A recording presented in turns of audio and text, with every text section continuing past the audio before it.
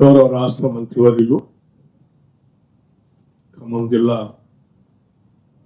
ఇన్ఛార్జిగా ఉన్నటువంటి పెద్దలు కోమటిరెడ్డి వెంకటరెడ్డి గారికి, అట్లాగే గౌరవ రెవెన్యూ శాఖ మార్చులు శ్రీ పొంగులేటి శ్రీనివాసరెడ్డి గారికి, నేను మాట్లాడి అత్యవసర పని మీద వెళ్ళినటువంటి తుమ్మల నాగేశ్వరరావు గారికి, గౌరవ పార్లమెంట్ సభ్యులు రఘురామరెడ్డి గారికి, గౌరవ శాసనసభ్యులు రామదాస్ నాయక్ గారికి, గౌరవ శాసనసభ్యురాలు డాక్టర్ రాఘవయ్య గారికి, గౌరవ శాసనసభ్యులు కోనంనేని సాంబశివరావు గారికి, గౌరవ రాష్ట్ర ప్రభుత్వ కార్పొరేషన్ చైర్మన్లు రాయ నాగేశ్వరరావు గారికి, నాయక్ సత్యనారాయణ గారికి, రెండు జిల్లాల కలెక్టర్లకి, కమిషనర్, ఎస్పీకి, ఇతర జిల్లా ఉన్నతాధికారులందరికీ ముందుగా హృదయపూర్వక నమస్కారాలు. ఈనాటి ఈ సమావేశం చాలా ప్రత్యేకతను సంతరించుకున్నటువంటి సమావేశం. ముఖ్యంగా రాష్ట్ర వ్యాప్తంగా గౌరవ ముఖ్యమంత్రి గారు రేవంత్ రెడ్డి గారు అన్ని జిల్లాలకు సంబంధించినటువంటి ఇన్ఛార్జి మంత్రులు ఆ జిల్లాల్లో రివ్యూ చేయడమే కాకుండా ప్రభుత్వ పరంగా తీసుకుంటున్నటువంటి అన్ని సంక్షేమ కార్యక్రమాలు కూడా నేరుగా ప్రజల వద్దకి చేరటం కోసం కావాల్సినటువంటి మెకానిజం అంటే డెలివరీ మెకానిజం కింది స్థాయిలో పనిచేస్తున్న ఉద్యోగ వ్యవస్థ అంతా కూడా అందించడం కోసం తీసుకోవాల్సిన మార్గదర్శకాలు స్పష్టంగా మీ అందరికి చెప్పడం కోసం ఈ సమావేశం ఏర్పాటు చేసింది. దాంట్లో ప్రధానంగా ఈరోజు సరే సీజనల్ గా మనకు వచ్చేటువంటి అన్ని ప్రత్యేకమైనటువంటి కార్యక్రమాలు, ఉదాహరణకి ప్యాడీ ప్రొక్యూర్మెంట్ సంబంధించి గత ఉమ్మడి రాష్ట్రంలో కూడా ఎప్పుడూ రానంత ప్రొడక్షన్ ఈసారి తెలంగాణ రాష్ట్రంలో వస్తే కూడా రికార్డ్ స్థాయిలో రాష్ట్ర వ్యాప్తంగా ప్యాడీ ప్రొక్యూర్మెంట్ దాదాపు 64 లక్షలు 65 లక్షల మెట్రిక్ టన్నుల ధాన్యాన్ని రికార్డ్ స్థాయిలో, గతంలో ఎప్పుడు 53, 54 ఉంటే ఈసారి 64, 65 ఉంటే కూడా ఎటువంటి ఇబ్బంది లేకుండా, చిన్న పొరపాటు ఇబ్బంది లేకుండా రాష్ట్ర ప్రభుత్వం అన్ని జిల్లాల్లో ప్యాడీ ప్రొక్యూర్మెంట్ చేయటం అనేది నిజంగా రాష్ట్ర ప్రభుత్వంలో ఉన్నటువంటి ఉద్యోగ వ్యవస్థ ప్రజల పట్ల ఉన్నటువంటి నిబద్ధతను చాలా స్పష్టంగా చూపిస్తాం. దాంట్లో ప్రధానంగా ఖమ్మం జిల్లాకు సంబంధించి, భద్రాద్రి కొత్తగూడెం జిల్లాకు సంబంధించి ఇంకా ముందంజలో ఉన్నారు. సో మీరు ఈ జిల్లాలో, రెండు జిల్లాల్లో ఎక్కడ కూడా ఇబ్బంది లేకుండా ప్రొక్యూర్మెంట్ చేపించడమే కాకుండా వెంటనే వాళ్ళందరికీ ఆ అమౌంట్ కూడా వారి అకౌంట్లో, గతంలో ఎప్పుడో 2 నెలలకు 3 నెలలకు వచ్చేది అమౌంట్ ఈసారి వారం రోజుల లోపలనే మనం అకౌంట్, వారి రైతుల అకౌంట్లో డబ్బులు వేసుకో, అట్లాగే సన్నాలు ఏమంటే బోనస్ కూడా వాటి అకౌంట్లో వేసుకో అనేది ఇది నిజంగా రాష్ట్ర ప్రభుత్వం యొక్క విజయంగానే నేను భావిస్తా ఉన్నాను. మీరు అందరూ సమస్యగా దీన్ని గట్టిగా చేయగలిగారు కాబట్టి మనం సాధించగలిగాం. So we appreciate you. ఇంకా ఎక్కడైనా ఎవరైనా మిగిలిపోయి ఉంటే కూడా మెకానిజం అంతా, మెషినరీ అంతా రెడీగా ఉంది కాబట్టి ఎవరికైనా ఎక్కడైనా స్పెసిఫిక్ కేసుల్లో ఎవరైనా దృష్టిలో ఉంటే కూడా సమాచారం ఇస్తే వెంటనే వాటిని ప్రొక్యూర్ చేయడానికి, తరలించడానికి కూడా ఆ ప్రభుత్వం ముఖ్యంగా జిల్లా యంత్రాంగం సర్వదా సిద్ధంగా ఉందని మీరు కూడా తెలియజెప్పారు, ప్రభుత్వం కూడా చెప్తాం. అట్లాగే ఇందిరమ్మ ఇళ్ల సంబంధించి కూడా ఇట్ ఈస్ హిస్టారికల్ డిసిషన్. ఇది బహుశా దేశంలో ఎక్కడా లేదు. 5 లక్షల రూపాయలతో పేదవాళ్ళకి ఇల్లు కట్టించేటువంటి కార్యం. 5 లక్షలు ఇస్ ఎ బిగ్ అమౌంట్. ఇది చాలా చారిత్రాత్మకమైన నిర్ణయం. ఒకటేసారి శాసనసభ నియోజకవర్గంలో 3500 ఇళ్లు శాంక్షన్ చేయటం అంటే మామూలు విషయం కాదు. గతంలో ఎప్పుడు మనం 1000 ఇల్లు ఇస్తే ఉమ్మడి రాష్ట్రంలో కూడా మనం 2004 కంటే ముందు ఇళ్ళ ప్రక్రియ ఉంటే 500 ఉండే, ఆ తర్వాత 1000 ఇల్లు ఇస్తే ఆ పీరియడ్ అంతా ఇచ్చుకుంటూ అది కూడా వేగరకం. అటువంటిది ఆ తర్వాత 2004లో మళ్ళీ మనం సాచురేషన్ మోడ్లో తీసుకొచ్చాం. అది 75 నుంచి లక్ష రూపాయలు తీసుకున్నాం. సరే, ఆ తర్వాత క్రమంలో రాష్ట్ర విభజన జరగటం, విభజన తర్వాత దానికి రాష్ట్రంగా మనం బాగా చూసుకోవచ్చని ఆశపడినటువంటి క్రమంలో అధికారంలోకి వచ్చినటువంటి ప్రభుత్వం డబుల్ బెడ్రూమ్ అందరికీ ఇల్లు ఇస్తాం చెప్పారు. 10 ఏళ్ళు అలా ఇస్తాం అని చెప్తూనే 10 ఏళ్ళు గడిపారు. చివరికి వారు మారారు, వీళ్ళకి ఇల్లు కూడా రాలేదు, వాళ్ళు కూడా లేదు. కానీ మనం చాలా బాధ్యతతో రాగానే దీనిపైన దృష్టి సారించి హౌసింగ్ మినిస్టర్ గారు ప్రత్యేకంగా దానిపైన పెద్ద ఎత్తున కసరత్తు చేసి రాష్ట్ర ప్రభుత్వానికి అందిస్తే రాష్ట్ర ప్రభుత్వం క్యాబినెట్ అంతా కూడా దీని మీద సంపూర్ణంగా స్టడీ చేసి మొదటి సంవత్సరమే దాదాపు 22,500 కోట్ల రూపాయలతో 4,50,000 ఇళ్లని శాంక్షన్ చేయాలని చెప్పి నిర్ణయం తీసుకొని ముందుకు పోవటం అనేది చాలా సాహసమైనటువంటి నిర్ణయం. అటువంటి గొప్ప కార్యక్రమం తీసుకొని ముందుకు పోతున్నప్పుడు మన ప్రజలు it is a big noble cause. దీన్ని చాలా జాగ్రత్తగా మీరు అధికార యంత్రాంగం కింది స్థాయి వరకు ఇల్లు లేనటువంటి పేదవాళ్ళందరికీ దీన్ని అందించగలిగే ప్రక్రియని చాలా స్పష్టంగా ట్రాన్స్పరెంట్ గా చేయాలని చెప్పే మా అందరి ఉద్దేశం. దాన్ని తప్పనిసరిగా అంటే ఎక్కడో 1-2 చోట్ల చిన్న పొరపాటు జరిగి ఇన్ఎలిజిబుల్ క్యాండిడేట్స్ గురించి చెప్తే ఇంత గొప్ప ఉన్నతమైనటువంటి కార్యక్రమానికి చెడ్డ పేరు వచ్చే ప్రమాదం. అటువంటి మచ్చ రాకుండా రాష్ట్ర ప్రభుత్వం యొక్క లక్ష్యాన్ని మీరు కూడా ఉన్నతంగా ఇది ఒక పవిత్రమైన కార్యక్రమం, దాన్ని జాగ్రత్తగా మీరు చేస్తారని చెప్పేసి ఈ సందర్భంగా మీరు అందరికి చెప్తాము. అట్లాగే సరే, ఇప్పుడు మనకి సీజన్ స్టార్ట్ అయింది కాబట్టి సీడ్ సప్లై కానీ ఫర్టిలైజర్ అందుబాటులో ఉంచడం కానీ ఆ ఫేక్ సీడ్ లేకుండా చూసుకునేటువంటి కార్యక్రమం, ఫేక్ సీడ్ అమ్మటం కోసం ప్రయత్నం చేస్తా ఉన్నాడంటే ఇది చాలా భయంకరమైనటువంటి కేసు. సో అటువంటి ఫేక్ సీడ్స్ ఈ జిల్లాలో ఎవరైనా అమ్మటానికి ప్రయత్నం చేస్తున్నారంటే ఈ జిల్లాలోనే వాళ్ళ పుట్టగతులు ఉండవు అనేటువంటి పరిస్థితులు మీరంతా చూపించాల్సింది. స్పష్టంగా ప్రజలకి ఆ భయం కూడా కల్పించాలి. అటువంటి ఫేక్ సీడ్ అమ్మేటువంటి వాళ్ళు అది ముందు నుంచే మీరు ఎస్టాబ్లిష్ చేసి వస్తే ఎవడు పొరపాటు కూడా ధైర్యం చేయడం. ఒకసారి నమ్మి ఏదో 500-1000 రూపాయల ప్యాకెట్ అని కొనుక్కొని పోతే ఆ 500-1000 రూపాయల ప్యాకెట్ దాని మీద దున్ని దాన్ని పంట వేసి దాని కూలి ఖర్చు పెట్టి ఓ సంవత్సరం లక్షలు దాని మీద పెట్టుబడి అంతా లక్షలంతా పోయి అన్యాయం అయిపోయి చివరికి ఆత్మహత్య చేసుకునే ప్రమాదం వస్తుంది. అందుకోసం ఫేక్ సీడ్ అమ్మేటువంటి వాడు ఇది చాలా చాలా తీవ్రమైనటువంటి నేరం. అంత సీరియస్ గా తీసుకోవాల్సిందిగా అందరూ చెప్తున్నాం. ఫెర్టిలైజర్ కి మిగతా వాళ్ళ వ్యాక్స్ అన్నింటినీ అందుబాటులో ఉంటే రాష్ట్ర ప్రభుత్వం ఎంత ఖర్చు పెట్టడానికని కూడా సిద్ధంగా ఉంది.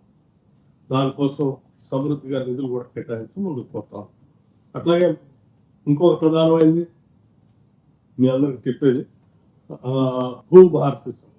భూభారతి అనేది సరే 10 ఏళ్ళు మనం చూసాం. భూమి మనిషికి ఉండేటువంటి ఎమోషనల్ బాండేజ్ ని ఒకటేసారి దాన్ని ధరణిలో బంధించి ఆ బంధించిన ధరణిలో ఉన్నటువంటి దాన్ని ప్రజలకి అందుబాటులో లేకుండా చేసి కరెక్షన్స్ చేసుకోవడానికి కూడా అవకాశం లేకుండా చేసి దుర్మార్గమైన చట్టాన్ని భారతదేశంలో మొట్టమొదటిసారి ఈ రాష్ట్రంలో ప్రభుత్వం తీసుకొని వస్తే అది సరైనది కాదని చెప్పి దాన్ని మార్చి ప్రజలకి సరళమైంది, న్యాయమైంది, వాళ్ళు ఏదైనా పొరపాటు జరిగితే రెక్టిఫై చేసుకోవడానికి అవకాశం ఉండేటట్టుగా, లేకపోతే గతంలో ఉండేటట్టు జమాబందీ లాంటి కార్యక్రమాలు, రెవెన్యూ సదస్సులు పెట్టి ఎప్పటికప్పుడు రెక్టిఫికేషన్ చేసుకోవటమే కాకుండా కావాల్సినటువంటి అనేక చట్టాల ద్వారా వచ్చినటువంటి హక్కులన్నింటినీ మనందరికీ తెలిసింది 1950s వచ్చినటువంటి తెలంగాణ టెనెన్సీ యాక్ట్ దగ్గర మొదలు పెడితే 70s వచ్చిన ల్యాండ్ రిఫార్మ్స్, ఆ తర్వాత వచ్చినటువంటి పట్టదారు పాస్బుక్స్ సంబంధించినటువంటి హక్కులు, వీటన్నిటి చట్టాల ద్వారా వచ్చిన హక్కులన్నింటినీ కూడా కాలరాశి అవన్నీ లేకుండా మళ్ళీ 1950 దాకా 47 కంటే ముందున్నటువంటి ఒక వ్యవస్థను ధరణిలో తీసుకుని పట్టదారు కాలం పెట్టి హక్కుల ద్వారా వచ్చినటువంటి ఆ కాలమ్స్ అన్ని తీసేసి జనానికి ఎవరైనా నష్టం చేసిన ఆ ధరణి మేము తొలగిస్తామని ఎన్నికల ఎజెండా పెట్టుకొని ఎన్నికల్లో వచ్చాం. ప్రజలు దాన్ని ఆశించారు. రాగానే రెవెన్యూ మంత్రి గారు దాని మీద కసరత్తు చేయటం రాష్ట్ర వ్యాప్తంగా అందరు మేధావులు అందరి అభిప్రాయాలు తీసుకొని సభలో పెట్టి శాసనసభలో చట్టంగా తీసుకుని బయటకు రూల్స్ ఫ్రేమ్ చేసుకొని వాళ్ళు పెద్ద ఎత్తున భూభారతి అని ఒక కార్యక్రమం తీసుకొని ప్రజలకు అవగాహన కల్పించే కార్యక్రమం కూడా చేస్తాం. ఇది స్పష్టంగా మన అధికార యంత్రాంగం కూడా రాష్ట్ర ప్రభుత్వ లక్ష్యాన్ని ప్రజలు ఏ ఉద్దేశంతో చేసే వాళ్ళకి ఏ రకంగా న్యాయం జరగాలని గవర్నమెంట్ ఇచ్చేటువంటి డైరెక్షన్స్ రెవెన్యూ శాఖలో పనిచేస్తున్న ప్రతి సిబ్బంది తూచా తప్పకుండా వీళ్ళు అమలు చేసే కార్యక్రమాలు సీరియస్ గా తీసుకోవాల్సిందిగా చెప్పే క్రమంలోనే ఈరోజు సమావేశం ఏర్పాటు చేసాం. అట్లాగే కొన్ని సర్వేకి సంబంధించి కూడా పైలట్ ప్రాజెక్ట్స్ కొన్ని రాష్ట్ర వ్యాప్తంగా తీసుకుంటాం. ఇది also very important aspect. So మన జిల్లాలో లక్కీగా మధుర కాన్స్టిట్యున్సీలో పెగల్పాడు అనేటువంటి పెరుపాలి మండలంలో విలేజ్ తీసుకున్నాం. ములుగుమాడు విలేజ్ పెరుపాలి మండలంలో తీసుకున్నాం. ఆ ములుగుమాడులో బహుశా అనుకున్న 2 జూన్ సరే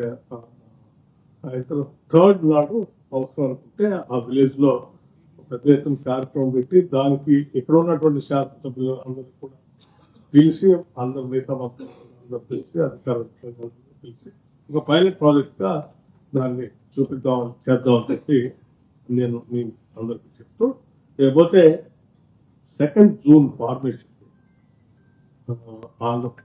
తెలంగాణ ఆంధ్రప్రదేశ్ నుంచి బైఫర్కేషన్ యాక్ట్ ద్వారా ప్రత్యేక రాష్ట్రంగా ఏర్పడినటువంటి 2nd జూన్ ని పెద్ద ఎత్తున ఫార్మేషన్ డే సెలబ్రేషన్స్ గత సంవత్సరం చేసినటువంటి ప్రభుత్వం ద్వారా ప్రజలకు అందించినటువంటి స్కీమ్స్ కానీ సక్సెస్ స్టోరీస్ కానీ కార్యక్రమాలు కూడా బాగా పెద్ద ఎత్తున చేసుకోవాలని చెప్పి ప్రభుత్వం భావిస్తాం. సో జిల్లా యంత్రాంగం అంతా సీరియస్ గా తీసుకొని మార్నింగ్ సరే రాష్ట్ర ప్రభుత్వం ఏ జిల్లాకి ఎవరు వస్తారనేది క్లియర్ కట్ డైరెక్షన్స్ చేస్తాం. సో మీరు జిల్లా కలెక్టర్స్ గా దీన్ని జాగ్రత్తగా it is an emotional bondage with the people. So దాని నుంచి జాగ్రత్తగా తీసుకోండి. So in the same time morning జెండా కార్యక్రమం మిగతా కార్యక్రమంతో పాటు ఈవినింగ్ సెలబ్రేషన్స్ కూడా సే అరౌండ్ 4 or 5 p.m. ప్రతి అసెంబ్లీ సెగ్మెంట్ లో కాన్స్టిట్యూన్సీ హెడ్ క్వార్టర్ లో కానీ which ever is the centre point of the constituency ఆ కాన్స్టిట్యూన్సీ హెడ్ క్వార్టర్ లో ఈవినింగ్ సెలబ్రేషన్ కార్యక్రమం కూడా చేసుకునేటట్టుగా ఒక కార్యక్రమాన్ని ఏర్పాటు చేసుకోవాల్సింది కూడా చెప్తున్నాం. సో ఆ సెలబ్రేషన్ కార్యక్రమంలో ఆ ఈవినింగ్ కల్చరల్ ప్రోగ్రామ్స్ కానీ మన సాంస్కృతిక ట్రూప్స్ ఉన్నాయి వాళ్ళు వచ్చి గవర్నమెంట్ తీసుకొచ్చిన స్కీమ్స్ గురించి చెప్తారు, లేకపోతే ఇంకా అడ్మినిస్ట్రేషన్ గురించి చెప్తారు, విజయాల గురించి చెప్తారు. ఆ తర్వాత మీరు ప్రజలకు ఏం సందేశిస్తాం అనుకుంటారు అది చెప్తారు. ఆ శాసనసభ్యుడు కూడా ఆ నియోజకవర్గంలో తను ఈ సంవత్సర కాలంగా తీసుకుని చెప్తాడు, తను ఇంకేం చేయాలనుకుంటారు కూడా చెప్పే కార్యక్రమం సీరియస్ గా ఏర్పాటు చేసుకోవాల్సిందిగా చెప్తాను. అట్లాగే సరే రాజీవ్ యువ వికాసం సంబంధించి ఆ లిస్ట్ అంతా ఇన్ఛార్జ్ మంత్రి గారు ఇస్తే వాళ్ళు ఇక ప్రధానంగా మీకు చెప్పాలనుకున్నది ఏంటంటే అడ్మినిస్ట్రేషన్